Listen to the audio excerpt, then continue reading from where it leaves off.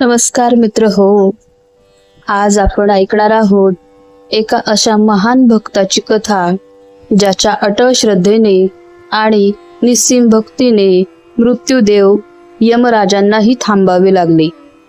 राजा श्वेतकेतूची कथा, मृत्यूपेक्षाही श्रेष्ठ भक्ती. ही कथा आहे राजा श्वेतकेतूची. एक असा राजा ज्याच्यासाठी राजसत्ता, संपत्ती किंवा वैभवापेक्षा भगवान शिवाची भक्ती सर्वात मोठी होती. खूप वर्षांपूर्वी एक सुंदर आणि समृद्ध राज्यावर राजा श्वेतकेतू राज्य करत होता. तो केवळ पराक्रमी राजा नव्हता, तर तो एक अत्यंत धार्मिक आणि दयाळू मनाचा भक्त होता. त्याच्या राज्यात प्रजा सुखी होती. लोकांच्या चेहऱ्यावर नेहमी आनंद असायचा. राज्यात ना अन्याय होता, ना दुःख होतं, ना कोणाला उपाशी राहावे लागायचे. पण या सर्व सुखामागे एक मोठे कारण होते, राजा श्वेतकेतूची भगवान महादेवांवरील अढळ श्रद्धा. दररोज पहाटे उठून राजा स्नान करून शिवलिंगाची पूजा करत असे. तो स्वतःच्या हाताने बेलपत्र वाहत असे, अभिषेक करत असे आणि मनापासून प्रार्थना करत असे. तो नेहमी म्हणायचा, हे महादेव, माझ्या राज्याचे रक्षण माझ्या शक्तीने नाही, तर तुमच्या कृपेने होत आहे. माझ्या प्रजेवर तुमची कृपा सदैव राहू दे. राजाच्या भक्तीमुळे त्या राज्यात एक अद्भुत वातावरण निर्माण झाले होते. लोकांमध्ये प्रेम होते, एकमेकांबद्दल आदर होता. असे म्हणतात की त्या राज्यात अकाली मृत्यू, मोठे रोग किंवा अचानक येणारी संकटे जवळही फिरकत नसत. काळ पुढे सरकत गेला. एक दिवस देवाच्या नियमानुसार राजाच्या पृथ्वीवरील आयुष्याचा शेवटचा दिवस आला. मृत्यूची वेळ जवळ आली. यमलोकात यमराजांना कळले की राजा श्वेतकेतूचा आयुष्यकाळ पूर्ण झाला आहे.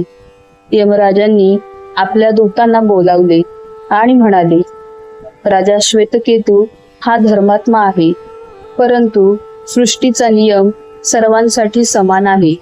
त्याचा वेळ पूर्ण झाला आहे. त्याला घेऊन येणे आवश्यक आहे. यमदूत राजाच्या महालात आले, पण तेथे पोहोचल्यावर त्यांना एक वेगळेच दृश्य दिसले. राजा श्वेतकेतू सिंहासनावर नव्हता, राजवस्त्रांमध्ये नव्हता. तो आपल्या महालातील शिवमंदिरात बसला होता. डोळे बंद होते. समोर शिवलिंग होते. हातात बेलपत्र होते आणि ओठांवर फक्त एकच नाव होते, ओम नमः शिवाय. यमदूत काही क्षण थांबले, कारण राजाची भक्ती इतकी तेजस्वी होती की त्या जागेचे वातावरणच बदलले होते. ते परत यमराजांकडे गेले आणि म्हणाले, प्रभू, राजा श्वेतकेतू शिवपूजेत मग्न आहे. त्याच्या भोवती एक दिव्य शक्ती जाणवत आहे. आम्हाला पुढे जाणे कठीण वाटत होते. यमराज म्हणाले, सृष्टीचा नियम कोणासाठीही बदलत नाही. मी स्वतः जातो. यमराज आपल्या महिषावर बसून राजाच्या मंदिरात गेले. तेथे त्यांनी पाहिले, राजा अजूनही भक्तीत लीन होता. यमराजांनी शांतपणे म्हटले, राजा श्वेतकेतू, तुझी भक्ती महान आहे, पण प्रत्येक जीवाला एक दिवस या शरीराचा त्याग करावा लागतो.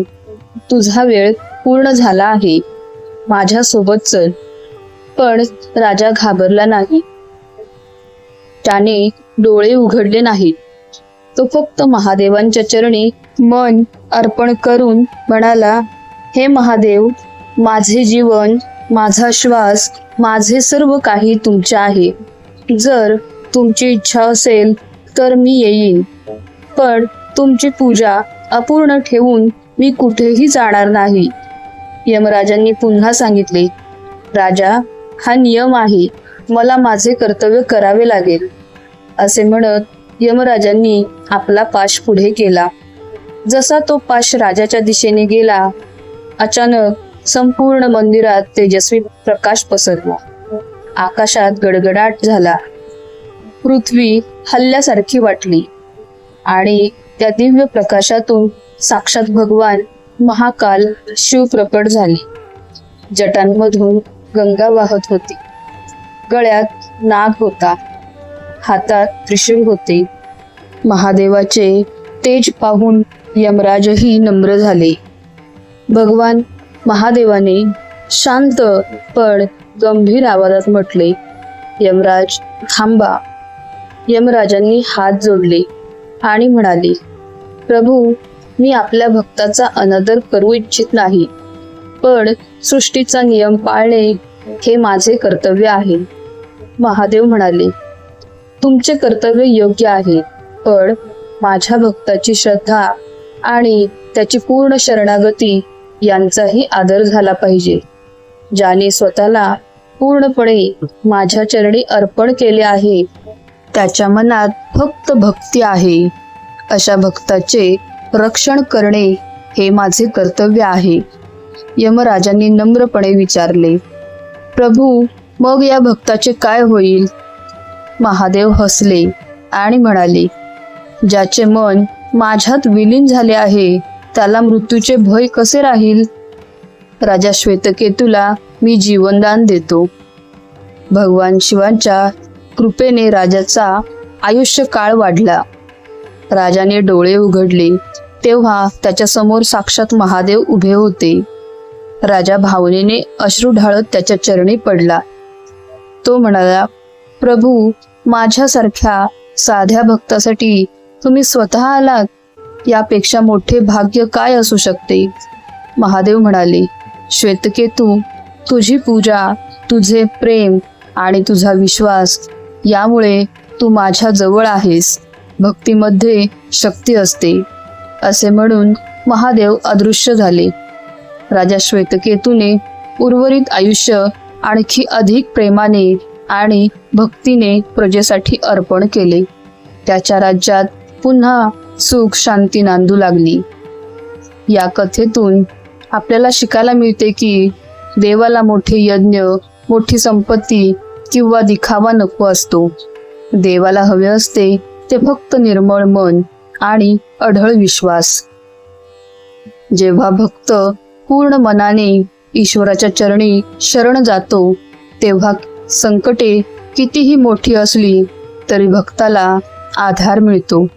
कारण खरी भक्ती ही माणसाला भीतीपासून मुक्त करते.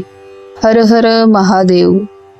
जर आपल्याला ही कथा आवडत असेल तर या चॅनेलला लाईक, शेअर आणि सबस्क्राईब करायला विसरू नका. धन्यवाद.